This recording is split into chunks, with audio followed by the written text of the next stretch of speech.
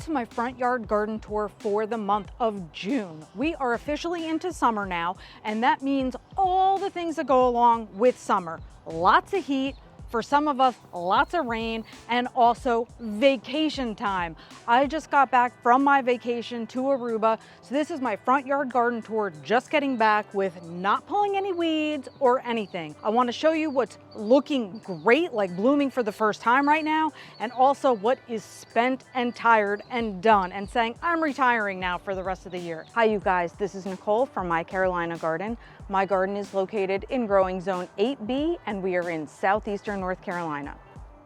Okay, so I am not perfect. When you look at my gardens, you may think at first glance, oh my gosh, things look so amazing. But no, today we're pointing out some of the things that are not amazing. So as I said, you go on vacation. What do? Luckily, I have drip irrigation set up for outside in my yard, but I don't have irrigation to things like my front porch planters. So look at what has happened to them. First of all, this planter gets more sunlight than this one, and we're talking afternoon, so it's a warm sunlight. This guy that's over here, even though these caladiums are sun tolerant, like they are meant to be in shade or sun, they are looking much better over here where they're slightly more protected. However, I did have these plastic water feeders set into here so that they could at least get some water while I was away, but my creeping moss phlox kicked the bucket. My creeping Jenny right here looks fine, but on this side it's drying up like crazy. So those things were not super happy with me being away. Caladium fared well, and the flax lily in the back fared well over here. Coleus looks pretty good, and the begonias that I had just kind of tucked in underneath, they're also fine. On this side, we have a little bit of a different story. My creeping Jenny on this side is quite icky to the back. It needed much more water than what I had given it when I was gone. So I have some creeping Jenny to remove. The coleus, see how it turns to seed up at the top of the coleus here? When I returned home, I saw a lot of seeding happening at the top of my coleus, and you just want to pick that off up at the top. So we're not having our plant go to seed. We want it to spend its energy rebuilding and putting out new foliage, etc. Let's move on. Remember my volunteer tomato plant that I said Mother Nature just kind of took care of me here? I don't know if it was the birds dropped a seed or what. Well, while I was gone, these plump tomatoes started to come out, and it's just so side heavy now. I got to get this baby staked up so it still looks good. It's producing though. I think it's amazing. So boom, tomato plant right beside my front porch. The lantana is getting bigger and bushier as the season progresses, which is what it is meant to do. This shrub is so awesome because of the many blooms that it gets on it. Keep it trimmed back if you need to, but it is a pollinator attractor, and I just love the stunning color that it has.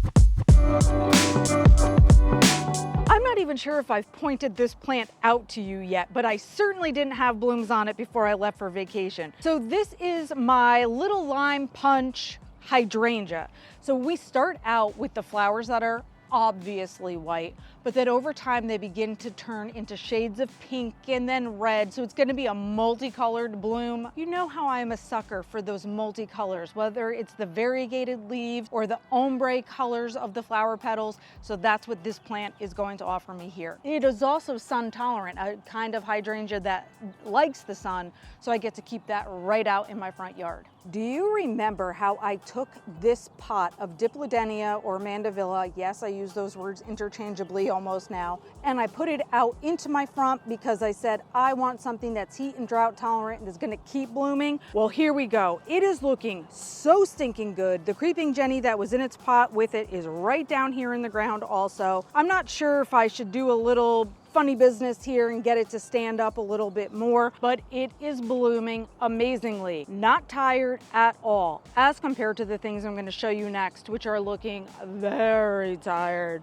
We had talked about my mums blooming in June. So earlier in the month, I had all this gorgeous color that was happening. This is just the first flush for those plants for the year. I will trim off all the spent flower blooms. They're gonna bloom again in the fall time. I just wanted to show you what they look like right now. I have all the deadheading to do on both of those guys because boy, oh boy, are they done. The cabbage is amazing though. I had cut back the humongous stalk on it and boom, I busted out with another head. So I guess the cabbage doesn't mind the heat. I don't know. It'll be an experiment because it's the first time I've had cabbage in the ground. My double scoop echinacea over here. Boy, I wish this plant would just bush out and get huge, but no such luck with it. This is the double scoop bubblegum. It usually is very pretty in pink, but it is also very tired. So I will deadhead this flower and hope that it pushes out new blooms. This verbena, the trailing verbena, that's like the hot pink kind of around me here, that still has great color, but no, not so much with these things right in the front. Purple heart growing right in front of the rock there. That had actually rooted itself there when I had a pot last year in that spot. So that with the geranium, those two pops of colors actually worked out really well. The kaleidoscope abelia always looks good. So a just beautiful variegated shrub for the front yard, adding different tones of color. Ah, yes, my DIY garden easel. You saw me change out this arrangement for summer because I needed something that was going to be heat and drought tolerant. And so the blue forbia, mandevilla / dipladenia, because it's calling itself both, which is a hybrid of sorts. It shouldn't get quite as viney as other mandevilla gets. My pink begonias are amazing. And look at the lusciousness of this sweet potato vine. It is pushing out all this new growth. That's what you see as the purple here is the new growth.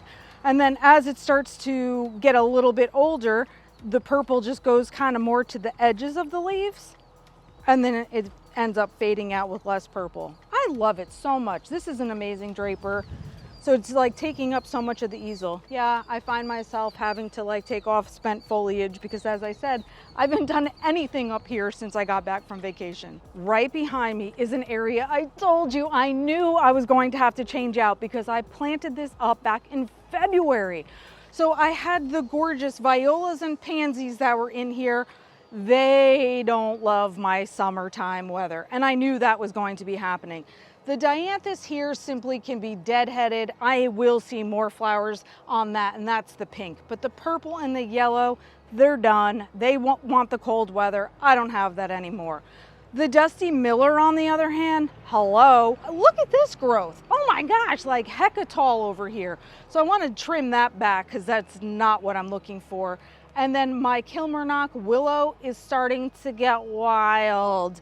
So I have some trimming and some training, if you will, I'm just gonna tie some of these branches together and get more of a drapey look going on with my willow here. This area, I have to say, I feel like turned into a jungle. It was never as full of plants as it is right now. These were all the orange daylilies in here. As you can see, they're done now. But between that, the shrubbery I have happening back here, oh my gosh, this area is so full. This is some barberry that was left over. I must have left some roots in the ground right there from the barberry I put over here. I had planted up some of the bare root plants that I started. So I have some dahlias right here, and this is the blue sea holly. So far that's not doing too much, and the dahlias look like they're about to explode open. But I just put those into the ground. Again, those were just from bare roots, but holy big jungly area. I took the stem off of the daylily over there, but it's making such a fabulous pointer. I think I'm gonna keep it. So you wanna laugh at me? I showed you my volunteer tomato plant. Well, this is, I guess it's not really a volunteer, but that's gonna be my pumpkins. I let the pumpkin rot out here back in the fall, and now I'm gonna have a beautiful fall display right there. So that's kind of cool. The placement of it's really neat. These coneflowers are really trying to stay going strong over here, despite the fact that their roots are competing big time with the magnolia right there. These daylilies are not quite done yet. So we have a couple different colors that are still up here, which is super, super nice. because the other orange daylilies, not like these, or sometimes they're referred to as ditch lilies, those kind of have come and gone already. Maybe we'll see some more sparse flowers coming out of them later. But for now, I have the darker red and this reddish orange. Be careful that they don't bleed on you because they like to leave goo. More Dusty Miller. These snapdragons are hanging on for dear life right here. So we'll see if I keep this plant deadheaded because it's a little bit protected. Maybe I'll get some flowers in there. My zebra grasses are starting to look amazing. As the summer and the heat is coming on, the stripes are getting more pronounced on the foliage here. So I really like that. Blanket flowers everywhere because that's the name of the game with those guys. More zebra grass. And this is that weedy grass that I know has got to get out of here. But you know how sometimes you get a little lazy before you go on vacation and you're just ready to go on your trip? That's me, so I didn't dig that out before I left. Some things are hanging on. I don't really know what is exactly thriving yet. Couple of the orange daylilies hanging on. I do have some echinacea looking to pop up over here. I think I divided this plant up and put some over there before. Echinacea is going to grow throughout the summer, so we're gonna expect to see a lot more blooms there. Look at this. This is gonna be my first black-eyed Susan bloom. So my black-eyed Susan's here, and I have more of it back there too. You can just see a little tiny pop of yellow there. So those things are going to start taking over the area and covering up the yucky mess that the orange daylilies had left behind. Now these moms with the sunshine centers do need to be deadheaded too, but at least they don't look as terrible as the other ones that were in the front. This is the end of my yellow evening primrose, which is just fine with me. I'm actually gonna pull some of that out that is really just creeping up to the golden sword yucca. All right, this one is looking good. Since the last time you were here, I think we only had a few blooms happening on the very bottom of this plant, so it was not showing off at all. But now look how many blooms I have. This one has even more blooms than the one by my poolside gardens. Same exact plant though. This is the Luna Rose hardy hibiscus. Something does appear to be eating the leaves, so I'm gonna have to figure out what that is. Because I had Japanese beetles up here before vacation, weeks before, and I thought I took care of that problem. So I have a lot of foliage right now, but not a lot of blooms on the foliage that I'm talking about. So I have the Denver Daisy Rudbeckia right here. I have a little bit of buddage happening on it, but nothing else, all green. This is blue sea holly also that I started from bare root. So I have a couple of those plants in here, nothing big to show. I'm so disappointed in that. These are my blackberries and cream daylilies that I started from bare root. Same deal, no flowers. I have lots of weeds in this garden. Don't judge me, I just got back. But like, oh my gosh, this one I almost can't even wait to pull. It was too big. I couldn't let it sit there. So canna lilies, different ones mixed in here, but again, nothing's really putting on a fabulous show. This is guara right here. It's unfortunate placement that it is right next to my gomphrena because I almost feel like it's starting to take over that area. I don't love that. But my purple gomphrena is the first gomphrena I ever had, and I love it. And I just hear it's gonna get bigger. Technically, it's an annual, but it should drop seeds, hopefully, and then I'll get to have even more of it. And then this was Speedwell behind it, and yeah, that's it.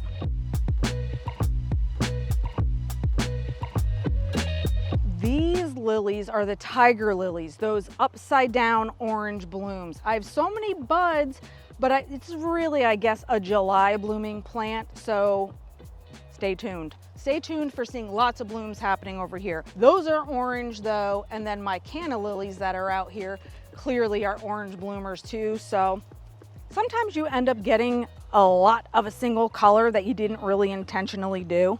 Look at this. This is the very first time you're seeing blooms on my Crocosmia because it started blooming while I was gone.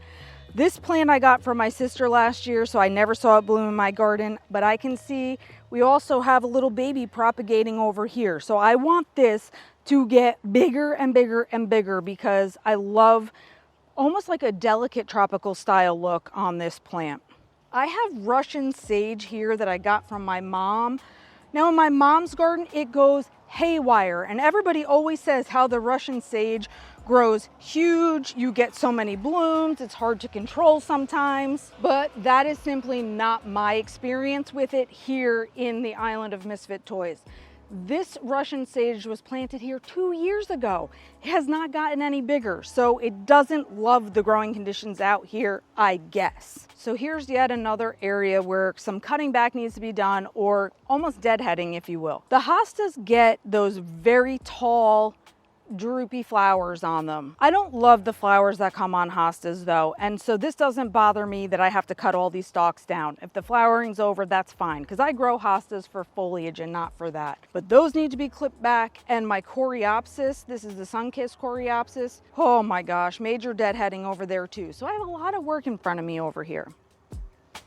At least these orange daylilies, orange red daylilies, they look pretty good.